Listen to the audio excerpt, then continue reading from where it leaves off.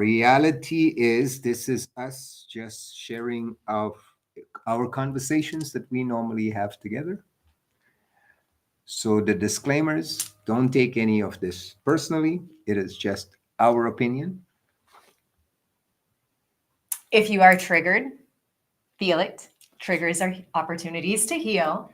And look into why it is that you're triggered by us sharing our opinion about our experience being in the medicine world, doing our own healing, exploring what we've experienced, sharing what we've observed. Again, observed, not judging.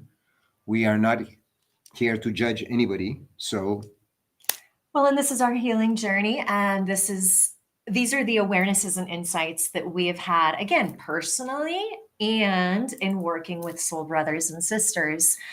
And it's from our 3 to 5 hour daily practice. We are dedicated to us 3 to 5 hours every day to bring you this higher knowledge and wisdom, which we unravel through healing the unhealed traumas stored in our pain body.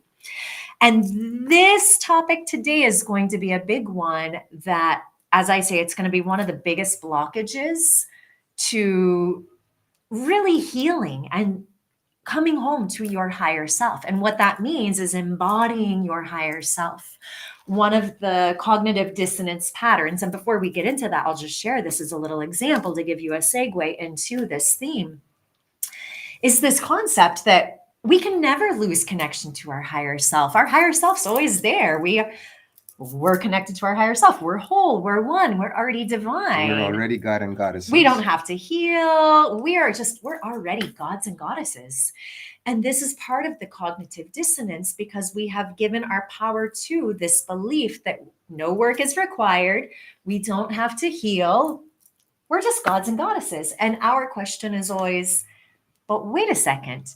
If it was that easy, then why are we all not walking around on the planet living from that higher God and goddess state, which is our higher consciousness? Instead, we walk around like porcupines, just waiting for somebody to trigger us so that we can lose our shit on or that.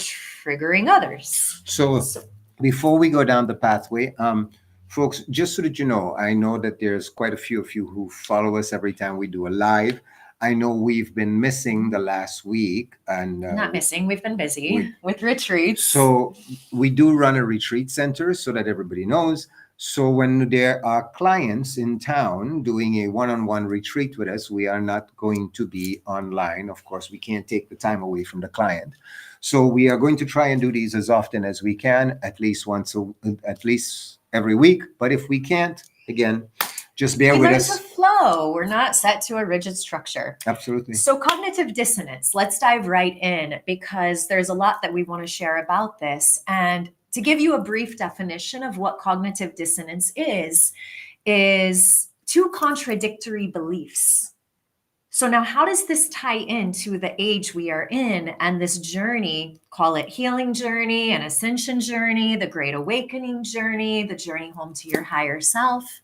At the end of the day, and we've shared this in many lives before, we're not going to bore you with all the different things that are going on the planet right now that are part of this ascension journey. However, the key thing that is important here is that we have been living in a world of illusions. Illusions are not real. We have given our power to these illusions. We have believed them to be true and real, just like religion. That is the biggest illusion there is. So the best example of cognitive dissonance is, let's say I have been a Christian my entire life.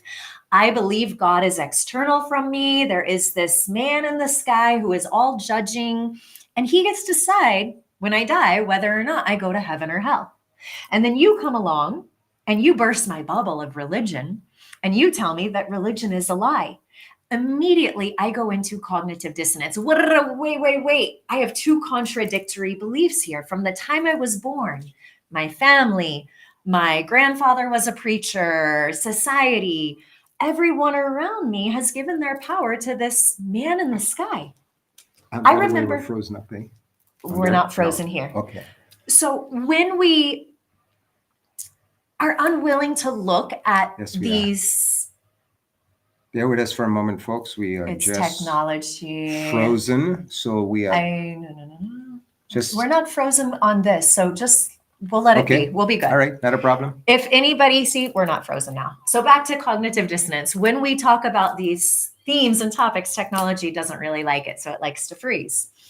But when I get presented with this truth now about what religion really is, my brain goes haywire because it goes against everything that I was taught to believe, everything that I unconsciously gave my power to and believed to be true and real. And now I have to shatter that belief system.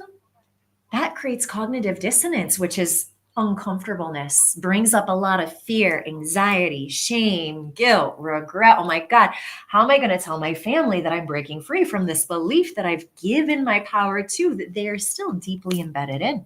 And it's also part of what we're seeing in the world today. I mean, the reality of it is that we are living in a world where shit's falling apart. Let's be honest. And we are not paying attention. We are still, and again, this is my interpretation of cognitive dissonance, that I can see the financial system coming down. I can see the geopolitical situation in the world where the global south is splitting from the global north. And I still don't want to let go of what I have known. I still want to believe that no, the financial system is going to withstand this. It withstand it in 2008. We're going to do it again.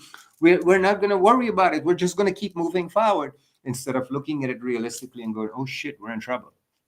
What do we need to do to get ourselves, prepare ourselves for what's coming? So the cognitive dissonance is I am going to ignore what's coming. I'm going to ignore the signs that I'm seeing.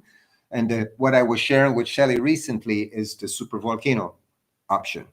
There is at least 6 or 7 supervolcanoes in the world right now that are active. There is, according to the volcanologists, there is at least 95% chance that at least one of them will explode. And yet, and this is what brought up the conversation, Mount Etna in Italy, people are actually going there and skiing next to a live super volcano. And one lady got stuck because she couldn't breathe because the air was too much. And she somehow felt shocked that, why am I stuck skiing here and can't breathe? Because I wanted to ski next to a super volcano that is 95% chance that it can go active at any point in time while I'm skiing. Or there's another incident where this Asian young man went and hiked to the volcano in Iceland that has been erupting, and he's doing selfies and feeding it live, and then they had to go rescue him. Mm-hmm. It's the cognitive dissonance that we go through life, not understanding what's happening around us, seeing it happening around us, and not paying attention to it, going, la, la, la, la, la, it's not happening. But do we really see it? That's a good question. That's the question I have, because I really have to question, are we living with our eyes open? And I'm referring to these eyes, because these eyes are what we see our reality through. And now I know you've heard us talk about the ego and the trauma self before. The ego is not conceited ego. Ego is your false identity that has been created to keep you safe from feeling the pain of trauma. It's your trauma self. So one of the things is that when we only see through our 2 eyes, we're seeing through the veils of those trauma selves, because every trauma self has been created because we lost connection to a part of our higher self due to a trauma when the higher self fled from the scene of trauma. So our trauma self is now taking over that part of the body where the impact of pain occurred, where the trauma occurred. Trauma self is controlling and reigning over the body from the reptilian brain, which is what keeps us stuck in a fight, flight, freeze state. And every trauma self creates a veil over all of our body's senses. So there's a veil over our eyes, there's a veil over our nose, mouth, ears, skin. So we feel, see, smell, taste, and hear a small percentage of the actual reality. We're receiving and perceiving reality through these veils. And these veils are what create the illusion, which is Maya. And that's really what we're here doing, is breaking free from Maya. And we do have an advantage right now during these next 2 years with the solar flares, because what are the solar flares doing? Dropping the veils, they're popping them. And a lot of this is why we're seeing Epstein and all these different things. And look at what Trump and RFK is doing and exposing with chemtrails and the vaccines and food and da da da da. A lot of shit is being exposed right now, which is bursting a lot of people's bubbles. Wow, I didn't know that. Let's chemtrail example for one. That is right there is a good example of cognitive dissonance. Oh, those are clouds. And I have a friend of mine who Great. flies private jet. He's a professional. He's educated. Went to University of Alabama. He flies for one of the most expensive private jet planes in the world. And he, as a pilot, doesn't believe in chemtrails. No. Those are condensation. It's just like, excuse me. The United States owned a patent on chemtrails. We are experiencing it right now. We are supposed to be in our summer months right now, and it hasn't stopped raining. Well, one of the things we loved about living where we live is no chemtrails up until January. Yeah. Well, December, we went to the beach for the first time when summer officially started. And we looked up in the sky and I'm like, oh, fuck, they're spraying the sky. And the next day it started raining, and it has been raining on and off. Again, we've been here for 3.5 years. And in the 3.5 years that we've been living here, from December until end of April, we're lucky to see 5 days of rain. It's sunshine and wind every day, with the odd days of rain. Instead, we're lucky if we see sunshine, maybe a full day. Most of the time it's half a day because it's going to rain. So people are not paying attention that, wow, our climate is being geoengineered. We are seeing the storms. We're breaking record after record. Heat, flooding, snow in places they've never seen snow. Freezing areas in the Midwest and areas like that they've never seen this cold. Snow on Destin Beach. I have walked on Destin Beach. Yeah. Snow on Destin Beach. So we're seeing things that we haven't ever seen in our lifetime, and yet we still believe, oh no, it's not chemtrails. That's conspiracy theory. Well, it goes in one ear, out the other. But oh wait, no. It can't even go through the ears because the veils are blocking it. So even when we hear these things, I can't hear it. I don't want to hear it. And this is where discernment comes in, because my question, and this is the number one question I use for discernment, is this my trauma self or is this my higher self? Because our trauma self does not want to see or hear the truth of reality. It can't, because it has the veils, and the veils keep you perceiving reality through whatever the veil tells you. So if you believe there is this God in the sky who is all judging and is going to dictate whether or not you go to heaven or hell when you die, that is going to be your belief until you die. And anyone who comes along and proposes a different theory, you are going to fight. And as I like to say, and we've experienced this with people's trauma selves, literally, it feels like an Agent Smith rises up and defends and fights for the belief that they want to hang on to. Because it changes their life. Fight for religion, even though religion is made up. There isn't a man in the sky who dictates whether we go to heaven or hell. A vengeful person at that. Exactly. Now, did we not have a couple? We had put out the call that if anybody had any questions regarding something like this. We do. And we're going to get to those questions. Not a problem. So, and that's one of the things so why cognitive dissonance? Well, let's take it back to, why are we in the state that we are in today? Why are we in such a low state of consciousness? Well, spiritually, or, any way we look at it, from environmentally, Mother Earth has never been this depleted before. We are in part of that 12,000-year cycle, all of those stories that we're not going to go into. But the reality of it is that we have gotten to this place where we have disconnected from our higher consciousness. Well, we're in Kali Yuga. And if we look, and it's a clear, doesn't matter whether it's spiritual, physical, that doesn't matter. The truth of the matter here is, and this doesn't ask you to be a Hindu to believe in the yugas, because Hinduism is also a religion. the roots, the essence, the knowledge and wisdom that has been passed down through this packaged religion called Hinduism was the truth before Hinduism became a religion. It's called Sanatana Dharma, the oldest book in the world. And it was never a religion, it was a way of being. So in Hinduism, the yugas are just time cycles that have always been there. Just like we go through 4 cycles of life, Mother Earth also goes through 4 cycles of life. Humanity goes through 4 cycles of life. And we are in the very last stage of these 4 cycles of life. Well, the books that you refer to, the Vedas, that are over 2,500 years, or at least that's their carbon dated version what of those how who old rewrote those books are. History told us. The reality of it is that they talk about these 4 stages, and we see it in modern day. It's the Iron Age, the Industrial Age. We're about to enter now the Tech Age. So we are going those through are the these micro stages within the absolutely. Kali Yuga. So there are stages, just like how people say that, well, in Hinduism, they have that, not that we're preaching Hinduism, but in Hinduism, they have a caste system. And that's not good. They're having a caste system. And if we look at the reality is that life has a caste system. We talk about the caste system all the time. Middle class, lower class, 1% class. Isn't that a class system?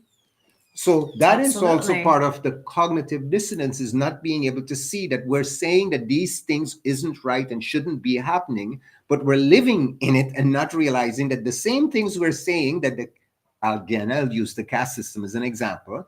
Well, a caste system isn't good, and everybody shouldn't be born in the same. And if you're born in whatever the story and the fight you have, but you live in a caste system, you'll be either considered poor class or lower class, middle class. We use those words every day, or upper class, 1%, the whatever class they are. And we're not promoting a caste system at all, but we have to look at how we actually contribute to that. If you don't want to be in a lower caste or class, you can make a choice and get out of poverty. Absolutely. We've given our power. And this is the thing with where we are at in today's state of the world. Everyone wants to complain that we're living on a prison planet and it's the 13 families who have control over us and da da da da da da.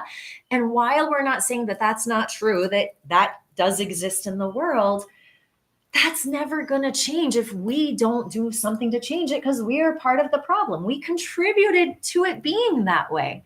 So we can't just sit back and complain about it and wait for someone else to come along and take out the 13 families for us to live happily ever after. We gave our power to all of these different systems that make up this false matrix. And pretending it doesn't exist doesn't exactly make it go away either. And we're never going to be free if we don't face this cognitive dissonance head on. Why is it so difficult to see that, for example, if we question, well, why is there evil in the world? Because this is one of the things that on this journey of freeing yourself from Maya or illusion, you will become a conspiracy theorist. I shared a meme in my Telegram channel the other day that basically said that you will become a conspiracy theorist on this journey, because you have to begin questioning everything. Everything. Absolutely. Because and that is, again, going back to I know this is just sidestepping a little bit, but even the term conspiracy theory was coined by the CIA to discredit anybody who questions the narrative that they want you to believe. Well, you're a conspiracy theory. And that isn't sidestepping. I actually wanted you to say that. So thank you. So this is exactly where we're at. So we just get labeled when we question chemtrails. Oh, well, you're a conspiracy theorist. An immediate rejection and resistance. I don't want to hear anything. I don't want anything to do with you. Wait. Talking about what's happening on the planet, the 7 major super volcanoes that are currently active, the earthquake storms, the solar flares, the dramatic change in climate, the collapse of the AMOC system. Oh, well, you're doom and gloom. And it's like, but you're living it. We can open our eyes and turn on our computers and our smart devices and our social media and see what's happening in the Middle East and still tell ourselves that, wait, that's not genocide. Are you serious? And that doesn't affect me. I don't need to know about that. No. That has nothing to do with me. Just leave me alone. And as one of my nephews said when I reached out to him about healing, Uncle, look, it's all good. As long as I get paid and I'm making money, I don't care what's going on in the world. That's the mentality of humanity. How are we supposed to rebirth a new earth and move into a higher frequency when we are so addicted to living in cognitive dissonance? I don't want to know. Yep. I don't want to see. I don't want to hear. It's just about me. Do I still get my money and can I survive? That's all I care about. This one nephew that I'm referring to is the kind that will go to Mount Etna and go skiing by a volcano, by a live volcano, and wonder, Oh shit, there's a volcano exploding when, right now. exactly. Why? When somebody has to go rescue you, you're like, oh, but I didn't think it would happen. This is the cognitive dissonance that we live in. Ties into the entitlement wound that, well, I'm now entitled to put someone else's life at risk to come save me because of my ignorance Yep. and lack of awareness of what is going on in the world, because it's all about me and I want to go have fun. You know, there's this joke that I've always told that, you know, this level of cognitive dissonance or ignorance, because again, no judgment, no shame in being ignorant. We all begin as ignorant. We have to break free from our own ignorance. And ignorance is cognitive dissonance. And in breaking free from it, the joke is the animals are leaving the beach. Absolutely. We're not paying attention and going, wait, why We're are all the sitting- animals leaving the beach? Meanwhile, we're headed to the beach. We can't even see a mile off in the distance that there is a 1,000-foot tsunami coming our way. Nope, we're going to have a great time at the beach. I'm gonna Let's set drink up our my- cervezas. I'm going to set up my umbrella and get my tan on. Oh, wait, why is the ocean receding back? Oh, That just wonder. means more sand for us to go running on. Not paying attention. And this is how humanity, unfortunately, is living life today. We live life in such cognitive dissonance, disconnected from reality, living in our own world, driven by what? Money Our trauma self, our and greed ego, and power, all those ego vices. that we can't see. We're so fearful of seeing life. And again, disclaimer, when we share these things with you, we're not asking you to live in fear. We're not asking you that. But we've been called fearmongers quite Quite often, often. simply because we are here to drop the veils and invite you to see reality for what it actually is. Like I tell my wife all the time, there has been we hear the term, we've heard it all our lives growing up, live today as though it's your last. Everybody has heard that. Live today as though it's your last. I will fathom to say that there has been no other time in recent human history that is not most prevalent than what we are experiencing today. Every time we get in our vehicles and we leave home to go somewhere, we treat this as though this is our last time going somewhere. Every time we go to the beach or go to a waterfall, we treat it as though this is the last time we may have this opportunity. And why do we? And again, we're not living in fear. We're just immerse ourselves in whatever experience, totally present, where we are, what we're doing. So it's not as though we're sitting on the beach and we're on our smartphone and we're scrolling through Instagram or whatever, Facebook. And in the meantime, a dolphin is jumping in the water, a whale just beached, a kid just laughed and did a flip. And we didn't see any of that because we're buried here. Our monkey did something funny that we missed. But we're at the beach though. So we are not really being present, and not only about where you are, but the people that you're with, to being present, fully present with that person that you're with, because you're so occupied thinking elsewhere, looking distracted everywhere else. That is also a form of cognitive dissonance. Well, and what's the root of cognitive dissonance? This comes back to the trauma self, but why do we have so many trauma selves? Because we're disembodied. Why are we so disembodied? Well, coming back to Kali Yuga to bring it full circle, during Kali Yuga, the final fourth cycle of life, we're only 25% connected to our divinity, our higher self and higher consciousness. So this statement that I shared at the beginning that I hear often, which is a spiritual bypassing trap of, I don't have to do any work. I don't have to Absolutely. heal any traumas. I'm already whole. I'm already divine. I'm already in my highest potential. How can you be when all of humanity is living in Kali Yuga, which means all of humanity is only 25% connected to our divinity. And I will go further than that. I will say that number is even less than that, because we are towards the end of, according to a few people who have done the history and done the studies on it, we are at the end of Kali Yuga. We are talking about it in the spiritual world. You hear people talking about this 3D, 5D separation, the split, Timeline ascension, split. all these different things. And again, previous recordings with us, you have heard us talk about, you can see it happening geopolitically, you can see it happening in different things. But here is where I'm going with this. Our reality is, in regards to what you're saying, we are also seeing, and this is cognitive dissonance, that people are sitting back and going, well, these solar flares will just automatically upgrade me. I'm having a DNA upgrade. I don't have to put in any work. I don't have to do any shadow work. I don't have to look at myself. I don't have to journey internally. I don't have to do any self-mastery or self-discipline. I don't have to have a practice. I don't have to do any self-healing. I could just go around with my deeply traumatized self, never having addressed any of it. And whenever this split happens, whatever it's going to look like, because we'll be honest with you folks, we have no idea. We don't have a crystal ball. We have no idea. This is another reason that we call ourselves ascension preppers, because we are preparing our bodies and mind for whatever comes, whatever that is. If nothing comes, we're prepared. We're having the best life that we've ever had. We're having our best relationship. In the meantime, our solar flare is not coming.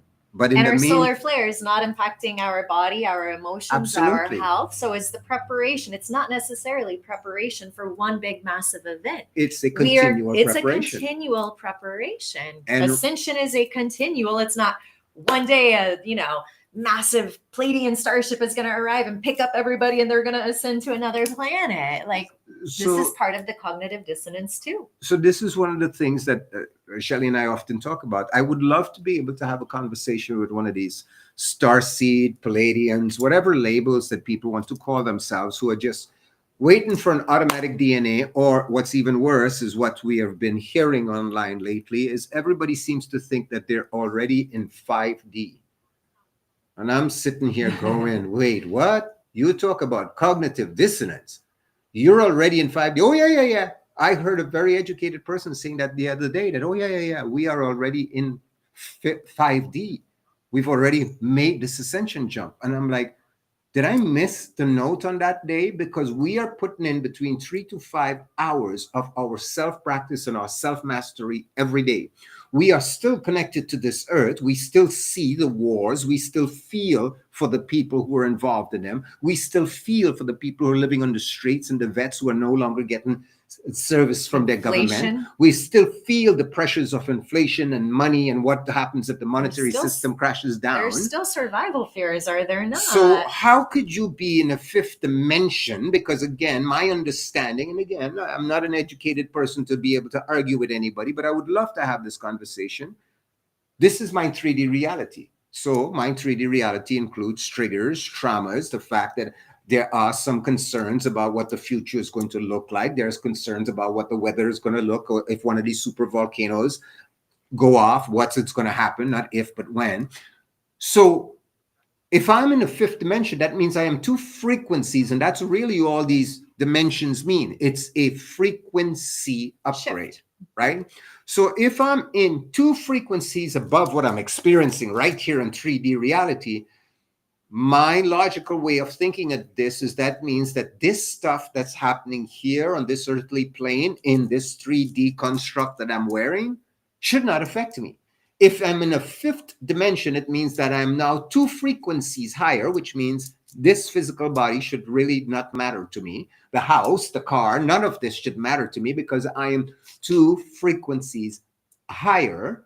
Absolutely. And if I'm two frequencies higher, that means anything that happens in this three-dimensional experience shouldn't bother me.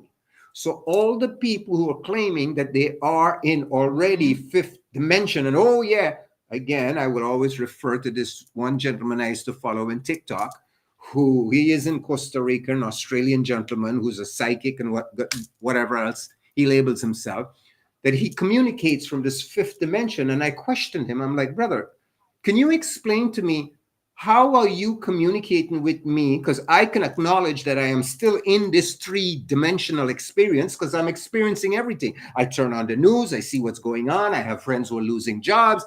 I have concerns about what our future looks like.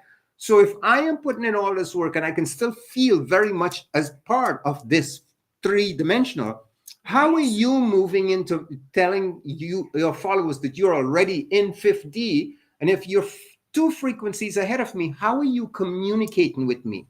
Because I should not have to be able to see you or hear you.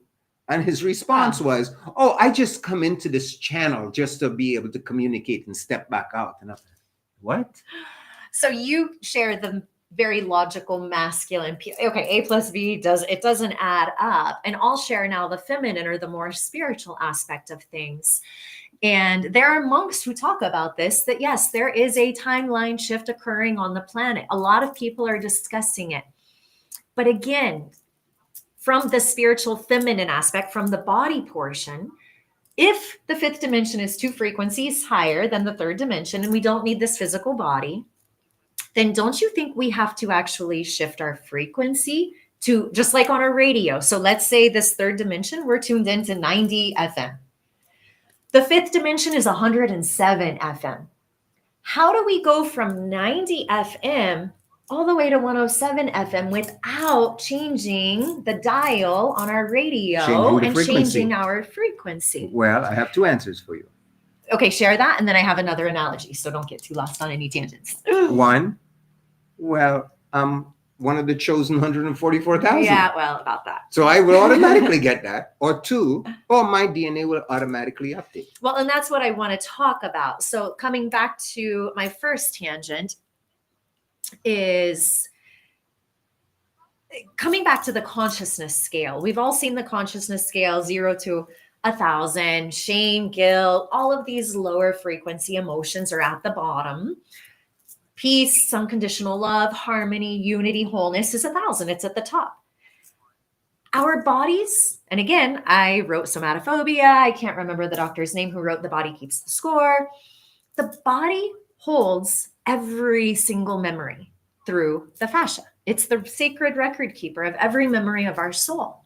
If we have unhealed traumas, they have attached emotions such as shame and guilt and fear that's stored in our body, which means that this physical vessel that has been going through the 3D reality is tuned to those emotional frequencies. Shame and guilt, they're right down there at the bottom. They're like 20 or 40 in terms of the consciousness scale.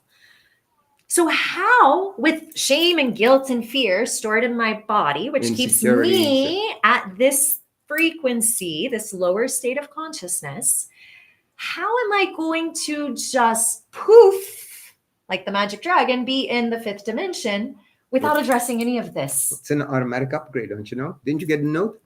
I didn't get the note because I've been on a journey of, okay, I know that I'm the creator of my reality, but the law of attraction and The Secret did not work for me. I tried it for years when it first came out. And I'm like, it doesn't make sense that I can just sit in the comfort of my living room and put up a vision I am board. Abundance. I am wealthy. I deserve money. And magically, my financial reality is going to change somehow. 95% of the people never worked. And this is what led me on this journey of I have to change my frequency to be in alignment with the frequency of abundance. I can't just do another system or program or go to this seminar and magically, oh my God, my chiropractic practice is going to be making me millions of dollars. Because you're looking in the mirror and telling yourself you're abundant. It's not right. working. Or I'm going to a seminar and trying on what another doctor did in his practice, because I see it all the time with my colleagues on Facebook. Someone will post, oh, how to make 6 figures in your practice. And everybody send it to me, send it to me, send it to me, send it to me. And that's why we're controlled by money. But if you post on the same Facebook page or whatever it is, that if you heal, you'll be able to generate more income. Because you have to align with the frequency of abundance. You get crickets. Crickets. Nobody wants it. Nope. I don't want to do the work. Nope. I want to do this system or program that promises me I'm going to make 6 figures in my practice. And therefore I'm going to be out of my debt. Like, it doesn't work. I tried that shit for so many years and I got frustrated and burnt out. And that is where my higher self was like, Shelley, you have to tune yourself to the frequency. Okay, well, how do I do that? Because I don't have a magic ball to just wave my hand over and poof, I'm at a higher frequency. Well, and if we did, just like you were talking about the fact that to shift into this fifth dimension, how do we do it? To change your frequency to be in alignment, Stoicism calls it the law of, what is that again? It'll come back to me.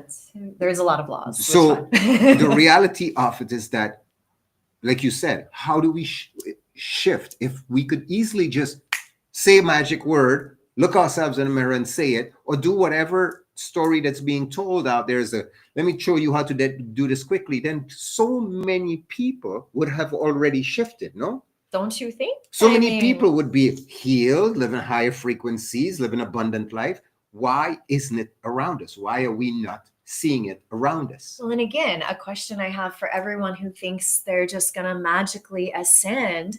And again, the Shaolin monk out of Germany, he says it as well, that in order to shift timelines, you have to be putting in the work. It's not just, we're not entitled to it. But it seems to be that this is the world that we live in. Due to cognitive dissonance. That we are entitled to everything that is we require no work. I should be able to have love without even looking at myself and loving myself. I should be able to have abundance without ever really being abundant within myself.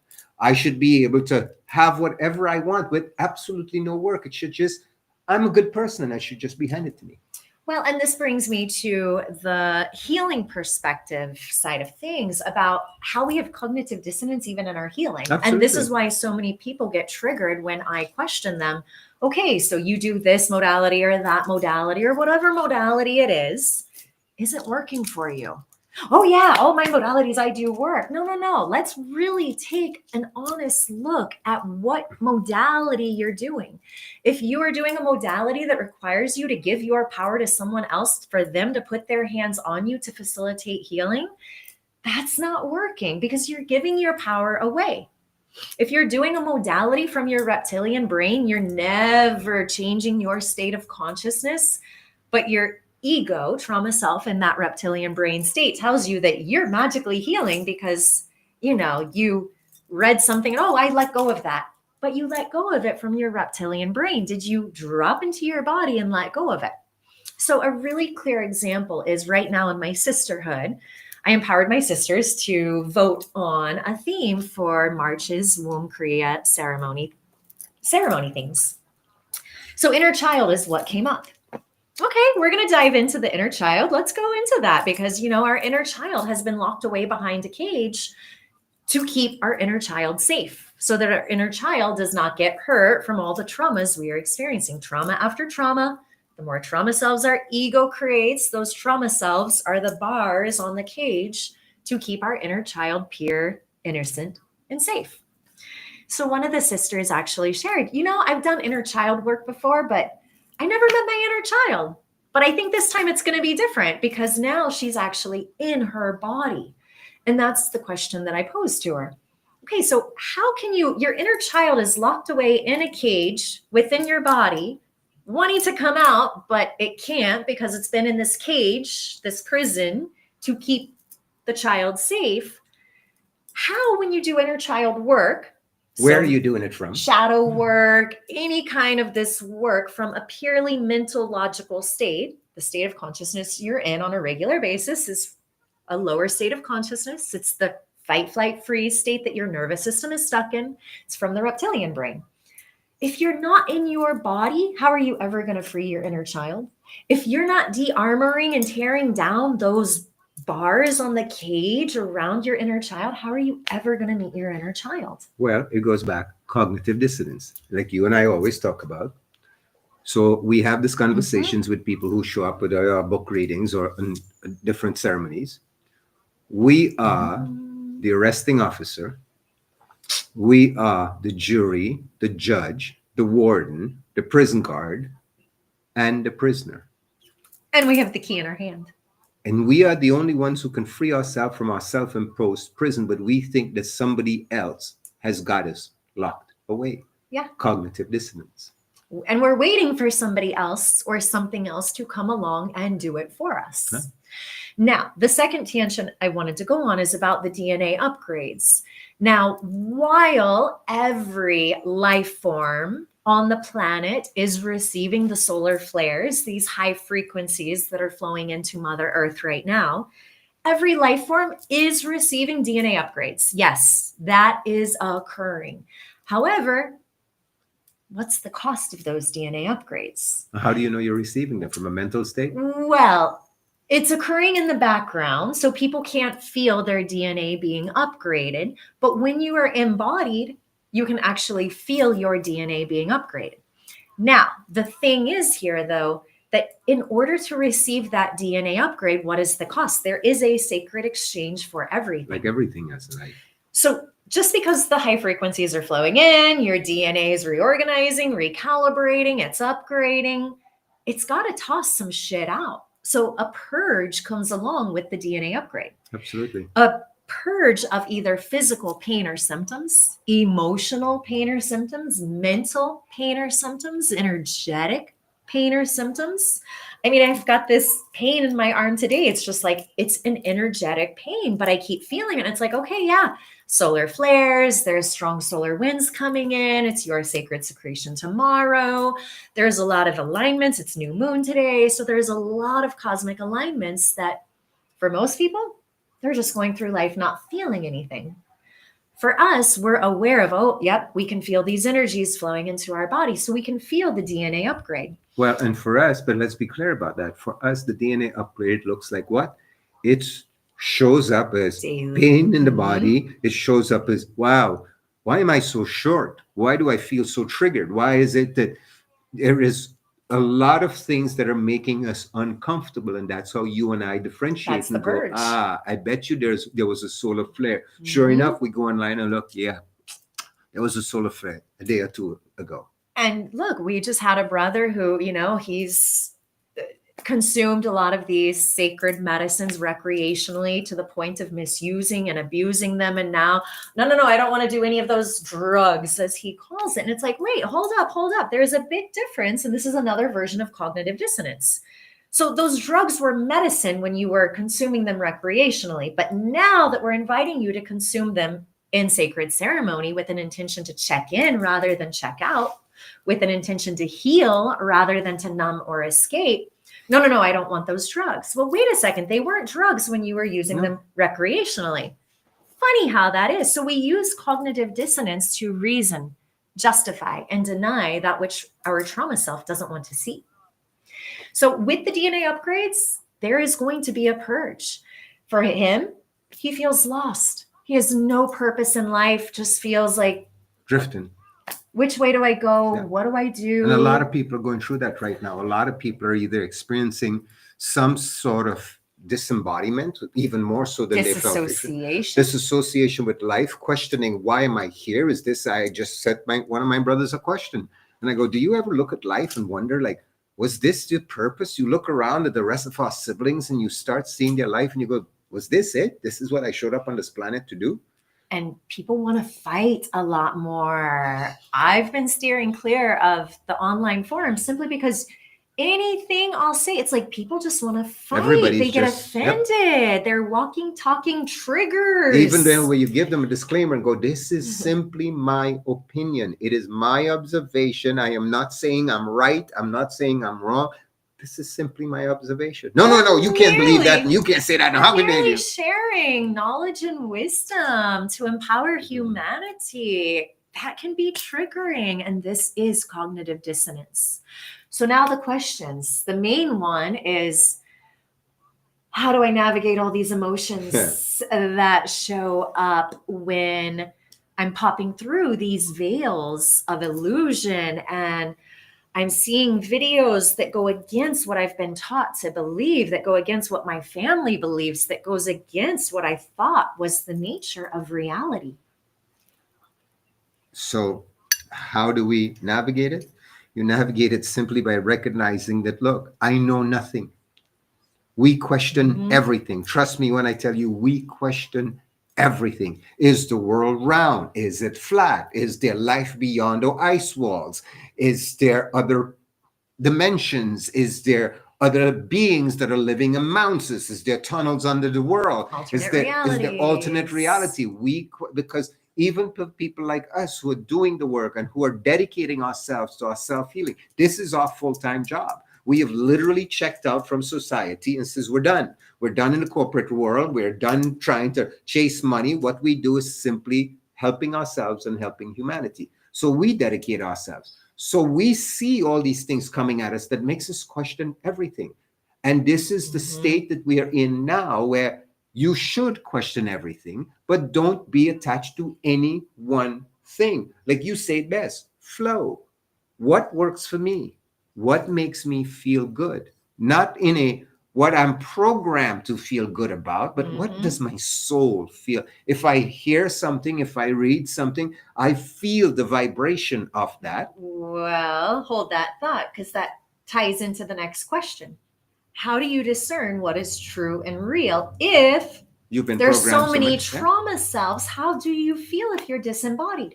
So how do you even begin coming out of cognitive dissonance You journey from a into the body. trauma self Absolutely. state? And This is the journey. You so for journey. both of the questions, how do you navigate all the emotions that arise? How do you discern between what's true and what's not true?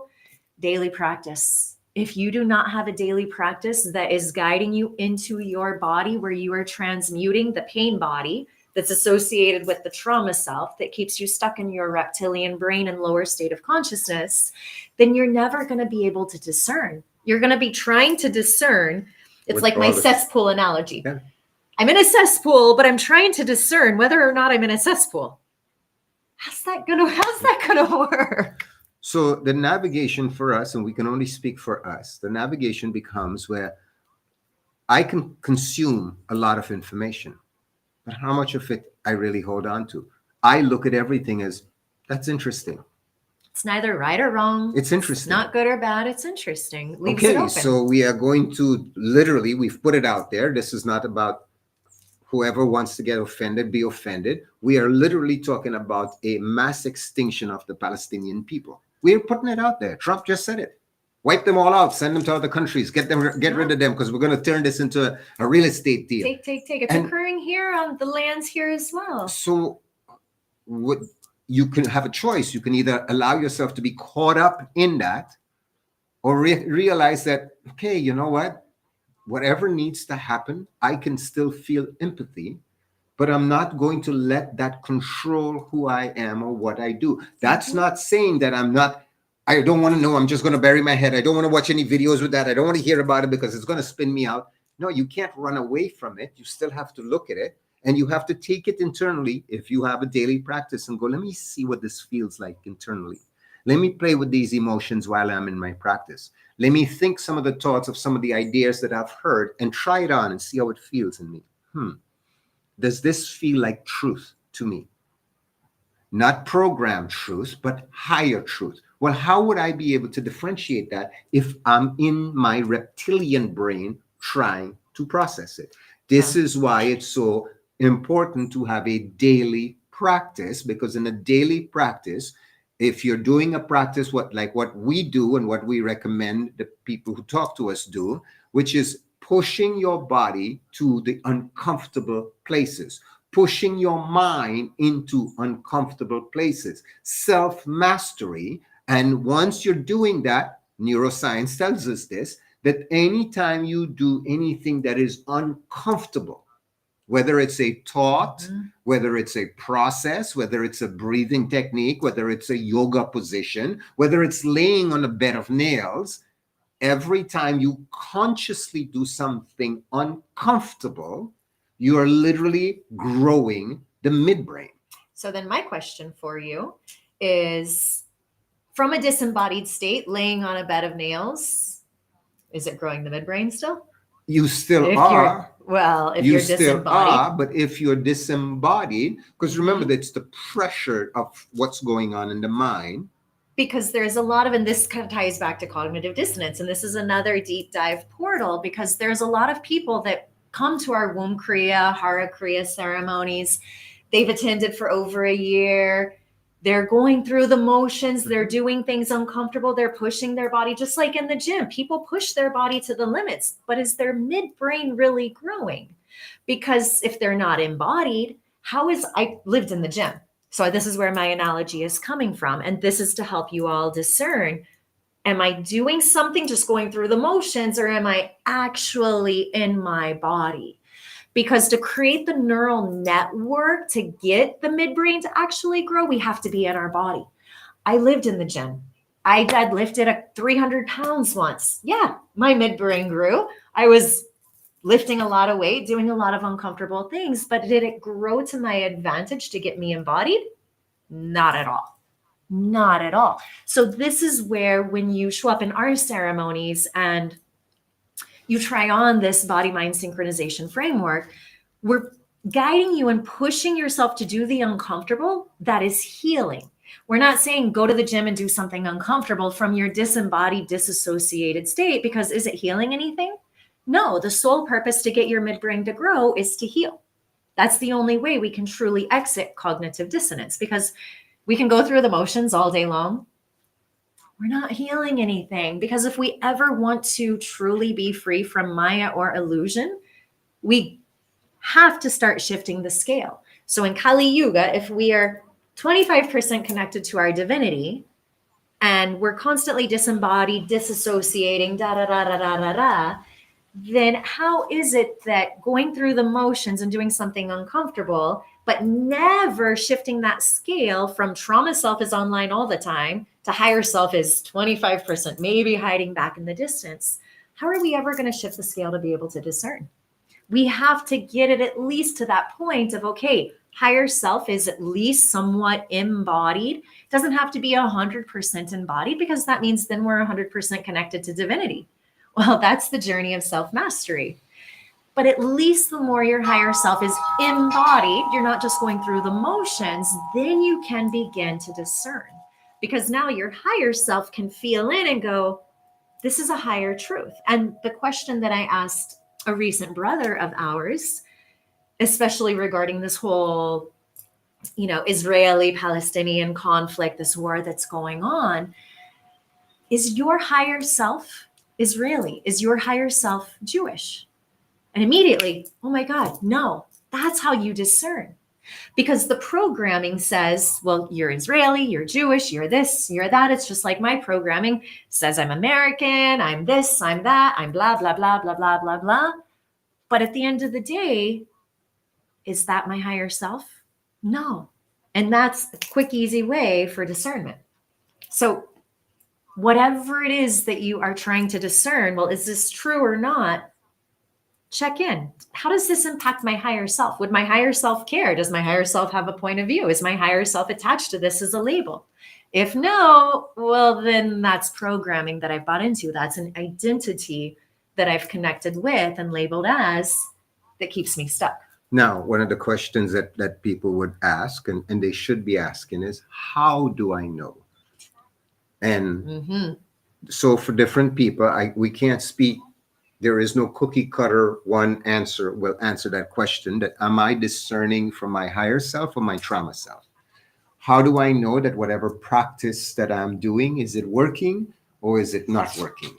Is whatever modality that I'm doing, is it healing or is it not healing? Oh, I do yoga, so therefore I'm healing. But if I'm going through, like you say, and I'm doing the asanas and I go through my hour and a half yoga poses, and I wasn't even present in my body, I didn't take myself to the limit, I wasn't conscious of my breath, my brain was thinking at 2,900 thoughts per hour, which is what your brain thinks. How was I even present to know, did I even do yoga? Did I even remember any of the limitations? So one of the things that we always mention to people when people ask us, so how do you, Kumar and Shelley, how do you know that what you're doing is working? How do you know that this is your truth? And for us, it's a simple answer. All we have to do is we stop. And for me, I do this several times during the day and just check in and go, are you happy? Are you contented? Is this how you imagine life? Do you understand why you're here and what you're doing? Do you feel fulfilled? Do you feel like you're living your life's purpose? And for us, we always have, how do we know what we do is working? Because we still wake up every morning and pinch ourselves and goes, wait, whose life is this? How did we end up here? Look, Monday was a good example. We looked at the weather and we're like, oh There's shit, chemtrails. there's chemtrails, but you know what? Gonna change. The weather's going to change. Let's go. So we jumped in our truck and we went to a waterfall and spent the rest of the afternoon in the middle of the day on Monday, just exploring for like 3 hours up and down this river and waterfall. And we're Pure like, magic. wow, this is our reality. While the rest of the world, and I'm guilty of it, I did it for over 40 years. While the rest of the world is slugging away, worried about mortgage payments and car payments and insurances, and do I keep my job, and AI going to replace me, and all the myriad of things that are happening, what's my reality? Holy shit. I don't worry about any of that. And I'm not rich to say, well, oh, I have unlimited. I'm just like, wow, my reality changed where I no longer, feel that I need to be connected. I can simplify my life, which is exactly what we had to do. Many times. Simplify our life. We literally moving here, stripped our lives down to 13 suitcases. And then a follow-up 9 suitcases. So 22 in total. This is like strip it down to just the basics. Walked away from everything, gave away whatever we could. No attachment to any of it. Had a custom-built home. Yeah, on the beach. On the beach. And walked away from it so that we know that how is our reality now? Wow, I still wake up with tears in my eyes that I'm living here. This is my life. I see parrots. I see toucans. We go for monkeys that visit us at the homes. Like, whose reality is this? Like, growing up, again, you guys have heard me say this, growing up as a poor sugarcane farmer, one of 8 children, living in a 3-bedroom house, I couldn't even imagine living the life that I'm living today. Well, and let's look at that as coming full circle to the caste system. You chose to exit the caste system. Absolutely. You could still be in Trinidad living the way some of your brothers are living, where they're still stuck in that poverty consciousness despite having money, despite being retired. They're still living in that lower income level as though they have nothing, even though they have. Absolutely. And that's cognitive dissonance too. It's, as we always say, you have a lot of ex-coworkers who you're questioning, when is enough enough?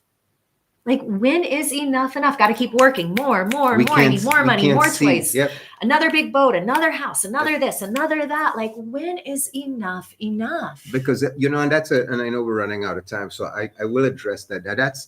That's something that I hear from my colleagues all the time in the corporate world, that I still, the few of them that I still stay in touch with. They're like, you're the freest person that we know. How did you do what you did? Like, how did you literally unplugged and pull the parachute and you were gone. You were just living life. You send pictures from the beach, waterfall, hiking, driving around. Like, is every day a vacation? We're like, yeah, pretty much every day is a vacation for us. Absolutely. We grow our own garden. We take care of ourselves. We take care of our little monkey. So every day is a vacation. But we did it with so little money that it would shock people that it's possible, especially when you're living in North America. You really suffer from that cognitive dissonance because you tell yourself you're still believing that this is the freest country, the most opportunity, all the stories that you've been programmed to tell. Safest country in the world. When you're looking at it, if you can pull yourself out and look back into it and go, none of this is real. You could not pay us $1 billion to move back to the US. At all. At all. No way. Because, I mean, you think you have freedom until you live outside. Where, look, again, I'll use Monday as a good example. Just you and I in the middle of nowhere, and we just take off and go hiking and not even stop to ever think about who's following us. Are we going to be safe? What happened? Blah, blah, blah. Nothing. We're just like gone, enjoying. Look at the butterflies. Oh my God, let's get into this pool. Let's swim over there. Let's go. And then we stopped by, these poor people's home and bought their coconuts. And then next day employed 2 of them to be our gardener and house cleaner because they need work. So why not? Let's help them out. So this is how we check into whether or not it's what we talk about is working. Well, and all we got to do too is look at our body. Yeah. When we look back at pictures, wow. And we And I both know competed. before, yeah, so we both competed, and I know we've cut out meat and alcohol, which created us being more inflamed. But when we look back at our pictures, we lived in the gym and we were never this fit for This lean. quote unquote, never going to the gym.